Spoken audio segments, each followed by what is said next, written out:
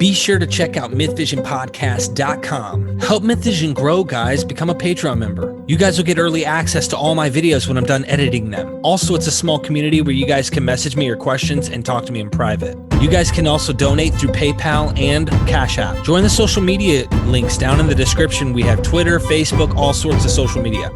Help the community of MythVision grow. Hit the subscribe button, hit that bell so you guys are notified every time I do a live video and you don't miss any of my content. Dr. Price, another donor, Rich G. I hope Dr. Price is well.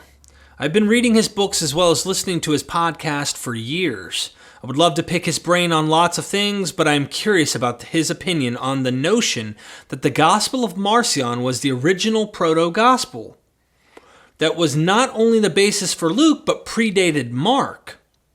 This thesis is put forth by Matthias Klinghart. I don't know if you heard Probably that. right.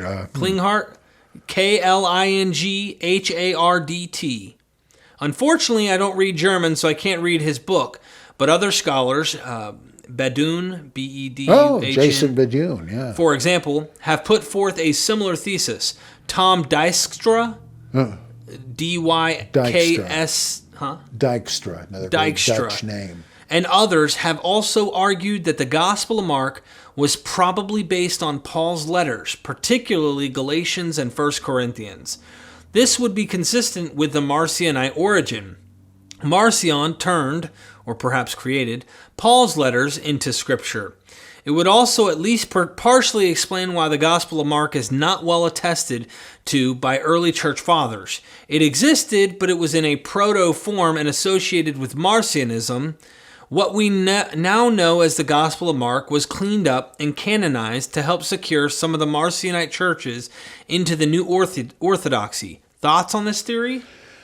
Yeah, I need to look at this more closely. I know Paul Couchot thought that Marcion's gospel was another synoptic gospel that was used in, I think, creating Luke and Matthew even, and that we don't have it anymore. I cannot remember the ins and outs of that. I got to check that out. But this is a similar one. I know some people say that Mark was the Marcionite gospel. I don't see how that would be, because the way the church fathers do these pretty under the microscope comparisons, it's clear that their copy of the Marcionite gospel was such that they thought it's another version of Luke. I don't think they would have said that if it was just a slightly different Mark, but you got to wonder, Mark and Marcion are really the same name, and Mark's gospel has this unremitting, unflattering treatment of the 12. Some of it's for literary reasons, maybe even most of it, because they got to be like the old minstrel shows. You'd have these two comedians. One would Mr. Interlocutor, question asker, and Mr. Bones. And Mr. Interlocutor would ask some stupid question, and Mr. Bones would give him the right answer. And that's what's happening, obviously, in the Gospel of John, where Jesus says, that I've come down from heaven and all that. And they say, and this guy, he came down from heaven? Or unless you eat my flesh and drink my blood. What the hell is this? Cannibalism? No. How can a guy enter into his mother's womb and be born a second time? No, that's... and the disciples are often like that, too. Jesus, how many times do I have to forgive my brother? 7? He's expecting a pat on the head. He says, no, I tell you 70 times 7. And all of these questions are like this to anticipating that the reader may have a similar dim-witted grasp of this, to give Jesus the chance to clarify it for the reader. And so often Peter, who's usually Mr. Disciples, he's just the straight man, like Ananda is in the Buddhist stories, or Dr. Watson in Sherlock Holmes, or Jimmy Olsen on the Superman radio show. You got to have somebody to elicit a comment from the big guy. And so maybe it's all that. But Peter does look pretty bad when he's Jesus, never heard of him. And I mean, that's like committing apostasy according to the same gospel. So you got to wonder, there might be something to it. I still haven't worked that out. So it kind of, it's one thing to say it's a literary trope, it's some type of thing. It's another when we know that Paul, or the writer of the Pauline epistles, clearly has a similar view of the 12 being the super apostles. And I learned nothing from them. They didn't contribute anything. They have nothing to teach me. The good guy upstairs taught me. So it's like, can you really cipher these two apart? Can you really say the literary tropes in Mark are any real difference to Paul's criticisms of the 12? Are they one and the same? And that's why you're... Yeah, I mean... and by the way, in terms of influenced by Paul, I've always taken the view that the parallels between Paul and the teaching of Jesus in the Gospels don't mean that Paul is quoting Jesus or quoting the Gospels. He's not quoting any pre-Pauline tradition. It's just the other way around. When the Gospels are written, statements of Paul that have entered the oral tradition, people didn't remember who said it. It must have been Jesus. Like Jesus said, a penny saved is a penny earned, and such. Like I always give this example ad nauseum, I guess, but once years ago I was listening to one of my favorite radio shows. I think it was called Bible Questionnaire, with this great guy, Walter Bjork, who was a fundamentalist, but a funny and reasonable guy. And he would answer people's Bible questions. That's kind of how I got the idea for the Bible Geek.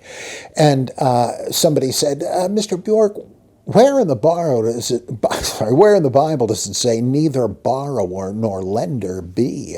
And he said, yeah, where is that? And he's going through his concordance. I can't find it. I was calling, trying to get through the switchboard and say, it ain't in the Bible, it's from Hamlet. And it wasn't stupid, it sounds biblical. And that's a perfect example of how those who take up the sword shall die by the sword. That was a common thing, or the truth shall make you free. It's a Stoic saying. Well, people heard it, so that sounds good. I bet Jesus must have said it. And so the gospel tradition grows. Well, some of Paul's maxims came in that way. But people like David Oliver Smith and others have said, no, let's cut to the chase. The evangelists had the Pauline epistles in front of them, and that's why there are these parallels. And I am not convinced of that. Some of the parallels they suggest I don't find close enough, but they could be right, and what I'm saying is almost that anyway. So depending on how you take it, it could be that it's influenced by Paul. I believe even Ralph P. Martin, an evangelical scholar, who was one of James Barr's maximal conservatives, but he was a very erudite, critical scholar, and nonetheless just the slant that apologists have sometimes. He thought that Mark was a Pauline gospel, that he was in the sect of Paul, you might say. Not least because of the story of the so-called strange exorcist. What a great one. Lord, you're going to be happy to know we saw some guy using your name to cast out demons, and we told him to cease and desist because he's working our side of the street. And Jesus says, you did what?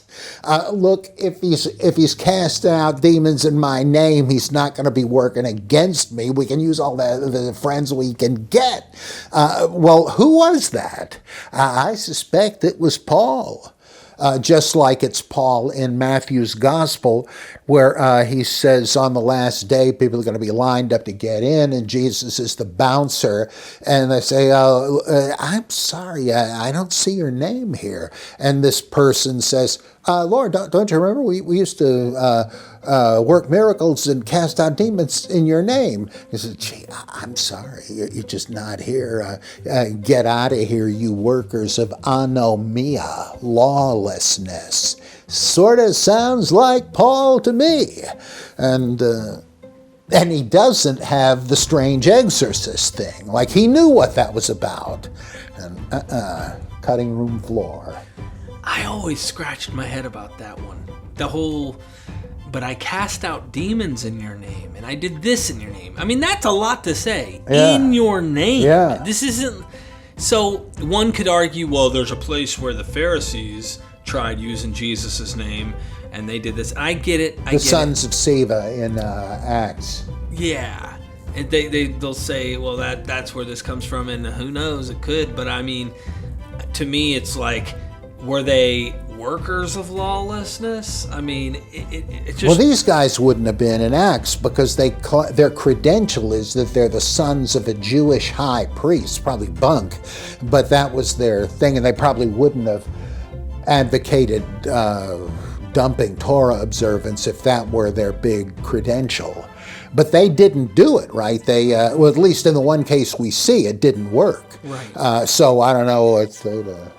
But that is based on this guy who I call the Ephesian wild man is another version of the Gerasene demoniac.